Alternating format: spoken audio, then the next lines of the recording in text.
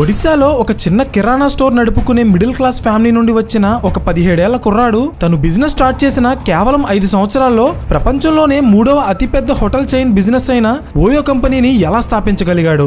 ఒక మైనర్ కుర్రాడికి వచ్చిన ఐడియాని నమ్మి ప్రపంచంలోనే చాలా పెద్ద పెద్ద banks and investment agencies OYO కంపెనీలో వేల కోట్ల పెట్టుబడులు ఎలా పెట్టాయి, అసలు దీని వెనుకున్న లాజిక్ ఏంటి? 2019లో $10 బిలియన్ వాల్యుయేషన్ ఉన్న ఓయో కంపెనీ 2022కి 2.7 బిలియన్ వాల్యుయేషన్ కి ఎందుకు పడిపోయింది? ఓయో కంపెనీ వేల కోట్ల నష్టాల్లో కూరుకుపోవడానికి కారణం ఏంటి? ఓయో కంపెనీని నెంబర్ 1 పొజిషన్ కి తీసుకురావడానికి రాత్రి పగలు కష్టపడిన రితేష్ అగర్వాల్ ఇప్పుడు ఎందుకని ఓయో కంపెనీ నష్టాల్లో ఉన్న టైంలో సడన్ గా ఈ కంపెనీలో తనకున్న వాటాని కేవలం 30% కి తగ్గించడానికి కారణం ఏంటి అనేది నేను ఈ వీడియోలో చెప్పబోతున్నాను. Hello everyone, welcome to today's video and this is your friend సూర్య.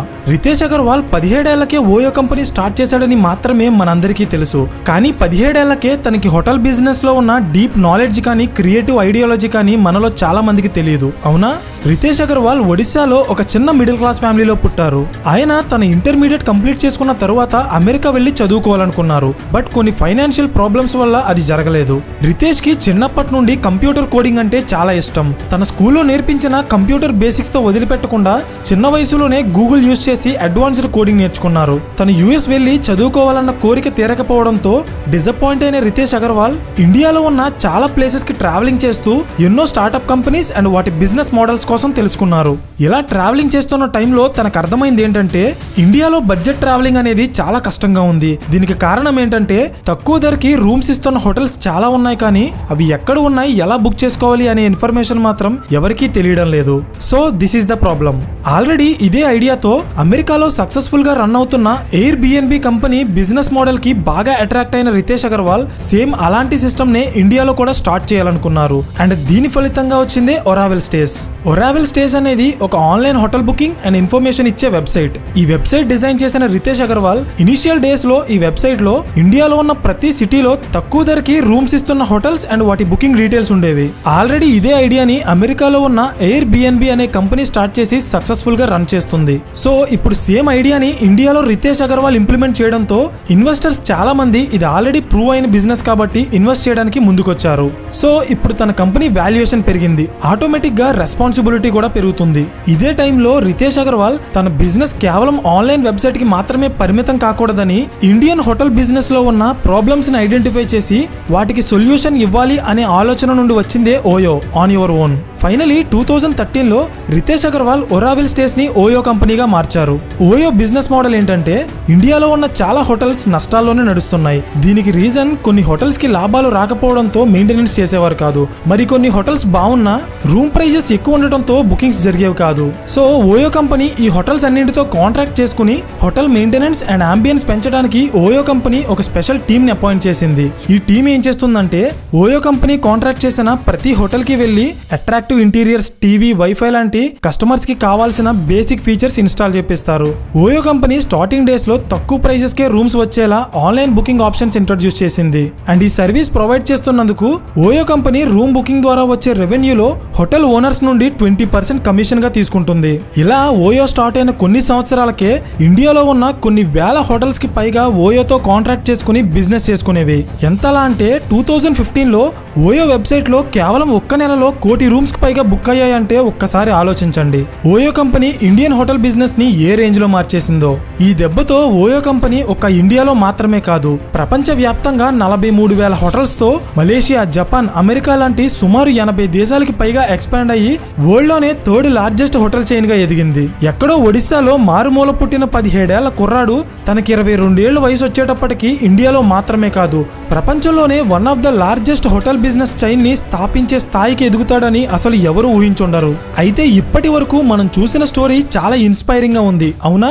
కానీ ఇదంతా ఓయో కంపెనీకి ఒకవైపు మాత్రమే. మరోవైపు ఏముందో ఇప్పుడు చూద్దాం. హత్యలు, అత్యాచారాలు, వ్యభిచారం ఇలా అక్రమాలకు కేర్ ఆఫ్ అడ్రస్ గా ఓయో రూమ్స్ మారిపోతున్నాయి. ఓయో రూమ్స్ లో యువతిపై యువకుల అత్యాచారం కేసులో పోలీసుల దర్యాప్తు వేగంగా సాగుతుంటాయి. విశాఖలో ఓయో సంస్థ మీద చర్యలు తీసుకోవాలని ఇప్పటికే సిపి, జిల్లా కలెక్టర్ కు ఫిర్యాదు చేశామని Oyo Hotels has decided to lay off 600 employees. Told the NCLAT on Monday that of the alleged 225 crore rupees of claims by alleged ఇండియాలో ఓయో కంపెనీ రాకముందు వరకు పెళ్లి కాని వాళ్ళకి ఏ హోటల్ కూడా రూమ్ ఇచ్చేది కాదు. ఒకవేళ ఇచ్చినా కంప్లీట్ డీటెయిల్స్ తీసుకుని మాత్రమే ఇచ్చేవారు. కానీ ఓయో కంపెనీ ఈ బిజినెస్ లో అడుగు పెట్టిన తర్వాత ఈ రూల్ ని కంప్లీట్ గా తీసేసి ఎలాంటి రెస్ట్రిక్షన్స్ లేకుండా అందరికీ రూమ్స్ ఇవ్వడం స్టార్ట్ చేసింది. ఇండియాలో ఉన్న చాలా మంది ఓయో రూమ్స్ ని ఫ్రాడ్ అండ్ ఇల్లీగల్ యాక్టివిటీస్ కి యూజ్ చేస్తున్నారు, including gang rapes and drug deals. మీకు ఇంకా అర్థం కావాలంటే కేరళ రాష్ట్రంలో ఓయో రూమ్స్ లో జరుగుతున్న డ్రగ్ డీల్స్ ని పట్టుకోవడానికి పోలీస్ డిపార్ట్మెంట్ ఆపరేషన్ ఓయో అనే సర్చ్ ఆపరేషన్ కండక్ట్ చేసి ఒక్క రోజులోనే ఓయో రూమ్స్ లో డ్రగ్ డీల్స్ చేస్తున్న 12 మందిని అరెస్ట్ చేసింది. పంజాబ్ రాష్ట్రంలో ఉన్న లుధియానా అనే సిటీలో కుల్వాన్ సింగ్ అనే వ్యక్తి 42,000 పెట్టి ఓయోలో 4 రూమ్స్ బుక్ చేశారు. తన ఫ్యామిలీతో కలిసి బుక్ చేసిన హోటల్ కి వెళ్తే అక్కడ ఎలాంటి బుకింగ్ జరగలేదని, ఓయోకి వాళ్ళకి అసలు సంబంధమే లేదని చెప్పి హోటల్ మేనేజ్మెంట్ ఆ ఫ్యామిలీని బయటకు తోసేసింది. ఆయన ఓయో కస్టమర్ కేర్ కి కాల్ చేసి రిఫండ్ అడిగితే కట్టిన 42,000లో కేవలం 14,000 మాత్రమే రిఫండ్ వచ్చింది.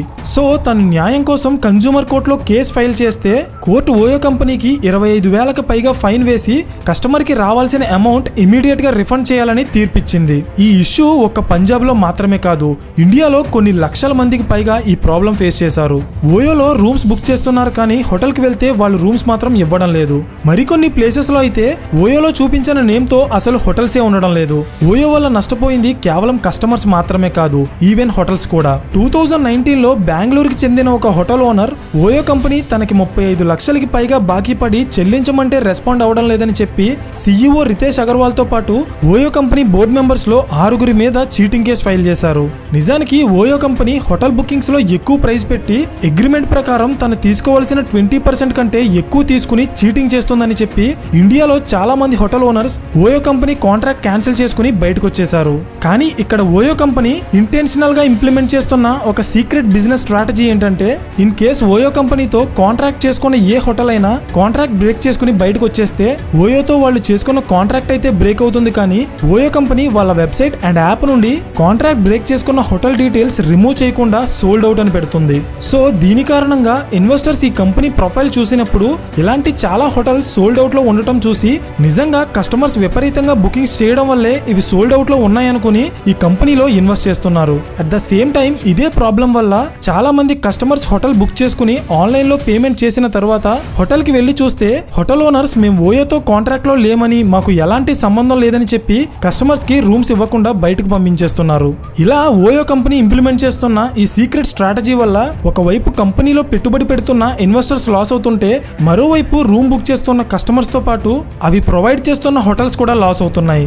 ఇది నేను చెప్తున్నది కాదు, ఓయో కంపెనీలో పనిచేసిన కొంతమంది ఎంప్లాయీస్ ఇచ్చిన ఇంటర్వ్యూస్ నుండి అండ్ అలాగే ఓయో బుకింగ్స్ లో లాస్ అయిన ఎంతో మంది కస్టమర్ రివ్యూస్ అండ్ ఫీడ్బ్యాక్ ఆధారంగా ఈ ఇన్ఫర్మేషన్ మీకు ప్రెజెంట్ చేస్తున్నాం. సో ఇదంతా పక్కన పెడితే ఈ వీడియో చూస్తున్న మీలో చాలా మంది ఓయోలో స్టే చేసే ఉంటారు. అయితే మీలో ఎవరైనా ఇలాంటి ప్రాబ్లం ఫేస్ చేసి ఉంటే అది కింద కామెంట్ చేయండి. 2019లో $10 బిలియన్ కి పైగా వాల్యుయేషన్ ఉన్న ఓయో కంపెనీ 2022 వచ్చేటప్పటికి కేవలం $2.7 బిలియన్ కి పడిపోయింది. అయితే దీనికి కారణం ఏంటంటే లాస్ట్ 3 ఇయర్స్ నుండి ఇండియాలో కొన్ని వేల హోటల్స్ కి పైగా ఓయో కాంట్రాక్ట్స్ నుండి బయటకు వచ్చేసాయి. అలాగే ప్రతి సంవత్సరం ఓయో కంపెనీకి వస్తున్న లాసెస్ కారణంగా జపాన్ కి చెందిన soft bank investment group OYO company valuation ని $10 బిలియన్ నుండి $2.7 బిలియన్ కి తగ్గించేసింది.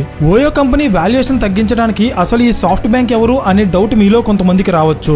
ఈ రోజు మనమంతా ఇండియాలోనే యంగెస్ట్ బిలియనీర్ గా చెప్పుకుంటున్న రితేష్ అగర్వాల్ స్థాపించిన ఓయో కంపెనీలో అసలు ఆయన షేర్ ఎంతో తెలుసా? కేవలం 31% మాత్రమే. కానీ ఓయో కంపెనీ వాల్యుయేషన్ తగ్గించిన సాఫ్ట్ బ్యాంక్ గ్రూప్ కి ఈ కంపెనీలో 45% కి పైగా షేర్ ఉంది. ఈ కంపెనీ కోసం రీసెర్చ్ చేస్తున్న టైంలో నాకు వచ్చిన డౌట్ ఏంటంటే, ఎందుకని ఓయో కంపెనీ స్థాపించిన రితేష్ అగర్వాల్ స్లోగా ఈ కంపెనీలో తన వాటా తగ్గించేసుకుంటున్నారు? దీని మీద మీ ఒపీనియన్ ఏంటో కింద కామెంట్ చేయండి. పబ్లిక్ లో ఓయో మీద నెగిటివిటీ పెరిగి బుకింగ్స్ తగ్గిపోతున్న టైంలో ఓయో కంపెనీ కొన్ని అనెథికల్ ప్రాక్టీసెస్ చేసింది.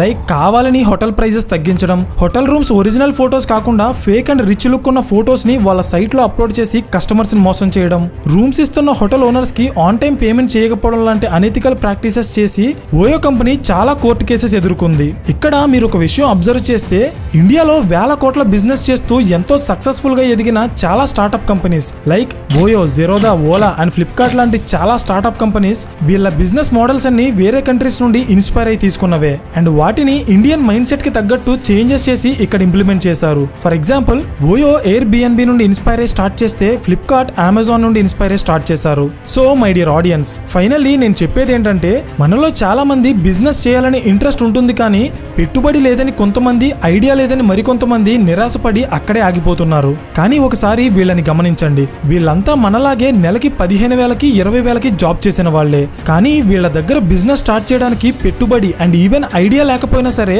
మార్కెట్ ని స్టడీ చేసి ప్రాబ్లమ్ ని ఐడెంటిఫై చేశారు. దానికి సొల్యూషన్ వీళ్ళ దగ్గర లేకపోయినా వేరే దేశాల్లో ఉన్న బిజినెస్ మోడల్స్ ని చూసి వాటి నుండి ఇన్స్పైర్ అయ్యి వాటిని ఇండియాలో ఇంప్లిమెంట్ చేసి సక్సెస్ అయ్యారు. సో ఫైనల్లీ నేను చెప్పేది ఏంటంటే మీరు బిజినెస్ చేయాలనుకుంటే ఫోకస్ చేయాల్సింది పెట్టుబడి మీదో ఐడియా మీదో కాదు, కస్టమర్ ఫేస్ చేస్తున్న ప్రాబ్లం మీద. ఎందుకంటే మీరు ప్రాబ్లమ్ ని ఐడెంటిఫై చేయలేకపోతే మీకు సొల్యూషన్ ఎలా కనిపిస్తుంది? అండ్ మీ ప్రొడక్ట్ కస్టమర్ కి సొల్యూషన్ క్రియేట్ చేయలేకపోతే అసలు మీ బిజినెస్ ఎలా సక్సెస్ అవుతుంది? ఒకసారి ఆలోచించండి. ఎందుకంటే ఈ రోజు ప్రపంచ వ్యాప్తంగా జీరో నుండి స్టార్ట్ అయ్యి చాలా పెద్ద స్థాయికి వెళ్ళిన ప్రతి కంపెనీ కూడా కస్టమర్ ఫేస్ చేస్తున్న ఏదో ఒక ప్రాబ్లమ్ ని సాల్వ్ చేస్తూ పైకొచ్చినవే, including Tata and Ambani. So think about it. So that's it for today guys. ఈ వీడియో మీకు ఇంట్రెస్టింగ్ అనిపిస్తే లైక్ చేసి ఈ వీడియో మీద మీ ఒపీనియన్ ఏంటో కింద కామెంట్ చేయండి. అండ్ ఇలాంటి మరిన్ని బిజినెస్ కేస్ స్టడీస్ కోసం ఛానల్ ని సబ్స్క్రైబ్ చేసుకోవడం మర్చిపోకండి. పక్కనే ఉన్న గంట సింబల్ ఆన్ చేస్తే మేము వీడియో అప్లోడ్ చేసిన వెంటనే మీకు ఇమీడియట్ నోటిఫికేషన్ వస్తుంది. So thank you for watching and I will see you in the next video. Till then this is your friend Surya signing of.